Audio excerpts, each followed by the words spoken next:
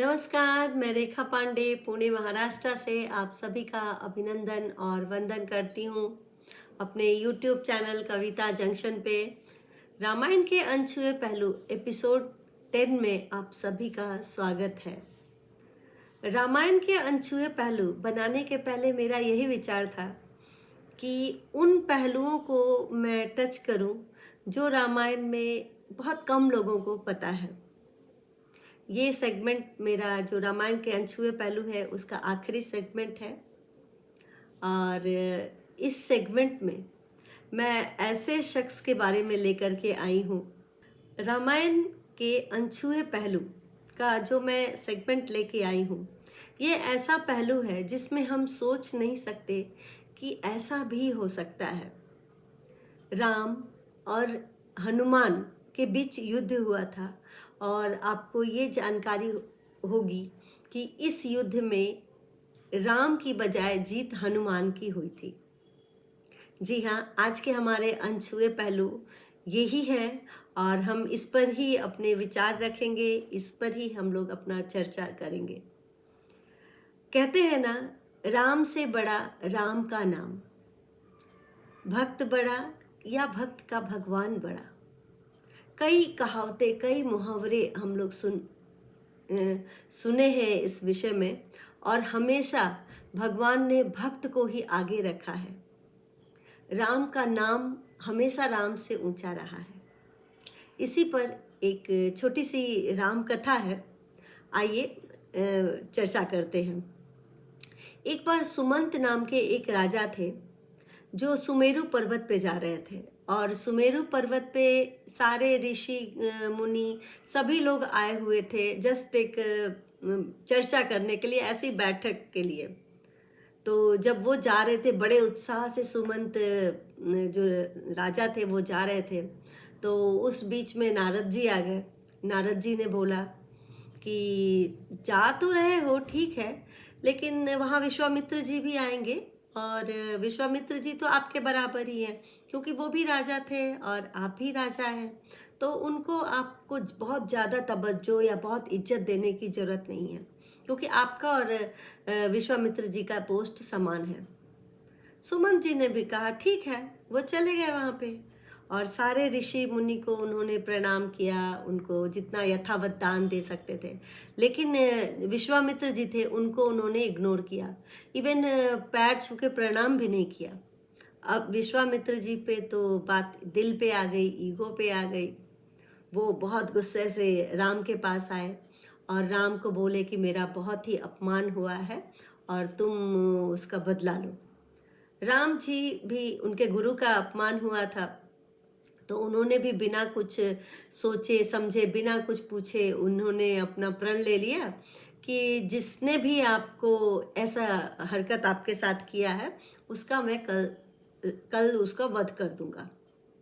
अब सुमंत जी को ये बात पता चली कि राम ने ऐसा प्रण ले लिया तो मेरी तो मृत्यु निश्चित है।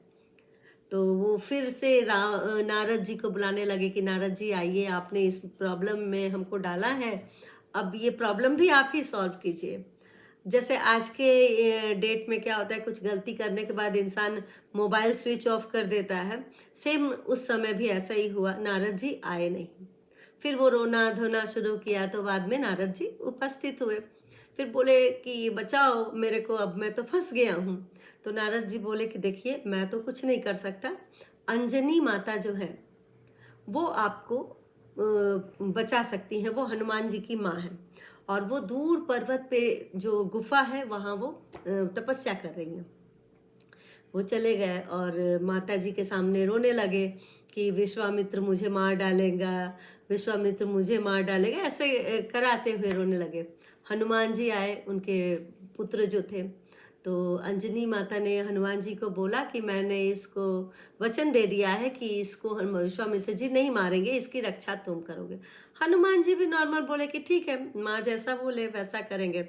तो जब हनुमान जी ने वचन दे दिया कि मैं अपने इष्ट देव राम की शपथ लेता हूँ कि इसको कुछ नहीं होगा, मैं इसको बचा लूंगा, तो अब इसके बाद जो सुमंत जी थे वो बोले कि मुझे राम से बचा लो, मुझे राम से बचा लो। अब राम के नाम आने पे तो हनुमान जी एकदम स्तब्ध हो गए, क्योंकि उन्होंने तो राम की ही प्रतिज्ञा लेकर के उसको बचाने का किया, और उधर राम जी ने सुमंत को मारने की प्रतिज्ञा ले ली, इधर हनुमान जी ने बचाने की प्रतिज्ञा ले ली। फिर ये लोग दोनों मतलब अब हनुमान जी क्या करते, बोले कि अब तो कुछ नहीं कर सकते हैं, अब ऐसा करते हैं दोनों पहाड़ पे चलते हैं और सिर्फ राम जी का चर्चा करेंगे, जय श्री राम करके पाठ करेंगे। हनुमान और सुमंत जी दोनों जय श्री राम भजन शुरू कर दिए, कंटिन्यू किए जा रहे थे। दूसरे दिन हनुमान जी ने देखा कि राम जी और लक्ष्मण जी दोनों चले आ रहे हैं। अब लड़ाई तो होनी ही थी, क्योंकि दोनों अपने प्रण से बंधे हुए थे। जब राम धनुष बाण चला रहे थे लक्ष्मण जी पे, तो जब और लक्ष्मण जी जब उधर से मार रहे थे जय श्री राम नाम लेकर के, तो वो हर बार ऐसा हो रहा था कि कोई भी धनुष उनको लग नहीं रहा था, हमेशा वो बच जा रहे थे। तो इसके बाद क्या हुआ कि लक्ष्मण जी ने कहा कि जरूर ये कुछ माया वगैरह चल रहा है, मैं ऐसा करता हूँ, मैं मार देता हूँ। लक्ष्मण जी ने हनुमान जी को अपने बाण लगा दिया, और जब बाण जब छाती पे हनुमान जी के लगा तो जख्म जरूर हनुमान जी के पास आया, लेकिन मूर्छित राम जी हो गए। अब ये और भी बहुत आश्चर्य की बात हुई कि ऐसा कैसे हो सकता है भाई, हमने मारा हनुमान को, मरे राम, मरे नहीं, बेहोश राम हुए। फिर बाद में जब हनुमान जी को छाती में देखते तो यहाँ राम का वास रहता है। अब राम जी बहुत मतलब बहुत द्रवित हो जाते हैं कि मेरा भक्त ऐसे परेशान कैसे हो गया, क्या करूं मैं उसका। तो राम जी हनुमान जी के पास जाते हैं और उसको ऐसे ऐसे करके सिर पे सहला करके उसको मतलब आंख बंद करके उनकी घाव को भर रहे थे, और हनुमान जी को जितनी बार वो ऐसे फिट कर रहे थे और ऐसे टच कर रहे थे, वैसे वैसे वो हनुमान जी ठीक हो रहे थे, परंतु राम ने अपनी आंखें बंद कर रख दी। अब हनुमान जी चतुर भी थे, तो सुमंत जी जो उनके पीछे छुपे हुए थे राम जी की वजह से, उन्होंने सुमंत जी को धीरे से अपनी गोदी में ले आया, और राम जी यथावत अपने आंख बंद करके सुमंत जी को भी आशीर्वाद टाइप का माथा पे हाथ रख रहे थे और उनके चेस्ट पे हाथ रख रहे थे। अचानक से राम जी की जो आंख खुली तो उन्होंने बोला ये तो हनुमान नहीं है, तो सुमंत जी हैं। अब हनुमान जी भी हाथ जोड़ के बोले कि जिसके हाथ पे, जिसके सर पे रघुकुल के जो राजा हैं रामचंद्र जी, उनका हाथ हो, उसको कोई कैसे मार सकता है। राम जी भी मुस्कुराने लगे और माहौल हल्का हो गया। विश्वामित्र जी भी आ गए वहाँ पे, और विश्वामित्र जी भी देख करके माहौल समझ गए, और उन्होंने बोला कि राम जी आप इसको मारिए नहीं, मैं साधु हूँ और मैं साधु का अपना जो प्रण था वापस लेता हूँ। साधु का काम होता है उसको सुधार करना, न कि संहार करना, और ये सुधर चुका है, इसको अपनी गलती का आभास हो गया है, इतना मेरे लिए काफ़ी है। उसके बाद सभी हैप्पी एंडिंग हो गई, सभी अच्छे खुश हो गए। लेकिन बाद में जो श्री राम जी ने पूछा कि ये तो सब ठीक है, पहले ये बताओ कि ये लीला रची किसने, क्योंकि ये तुम्हारे बस की तो बात नहीं है कि जहाँ जाओ और से कोई पर्टिकुलर साधु को नहीं प्रणाम करो। तब तक नारद देव आ जाते हैं, और नारद अपने यथावत नारायण नारायण करते हुए चले आए, और नारद जी ने कहा कि मैंने बहुत ही सुना हुआ था कि राम से बड़ा राम का नाम, आज मैं ये देख भी लिया कि राम से बड़ा राम का नाम में कितनी शक्ति है, और यही मतलब भक्त और जो भगवान को एक बनाते हैं। रामायण एक ऐसी कथा है जो हम अगर मन में धीरे धीरे उतारने की कोशिश करें तो न हमारा मन पवित्र होता है, बल्कि हमारा चरित्र, हमारे सोचने की शक्ति हर युग में पवित्र होती जाती है। राम के बारे में दो पंक्तियां कही जाती हैं।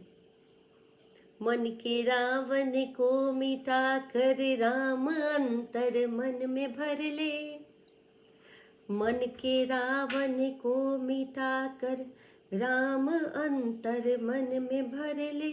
आज कल युग हो चला है, लेकिन कल का युग बदल ले। आज कल युग हो चला, लेकिन कल का युग बदल ले। आस और विश्वास से हर जन को संग ले कर चले। मात्र जिह्वा पर नहीं, श्री राम तेरे मन बसे। मात्र जिह्वा पर नहीं, श्री राम मेरे मन बसे। तो रामायण के अनछुए पहलू के एपिसोड 10 में आप सभी का बहुत बहुत अभिनंदन, वंदन, शुक्रिया।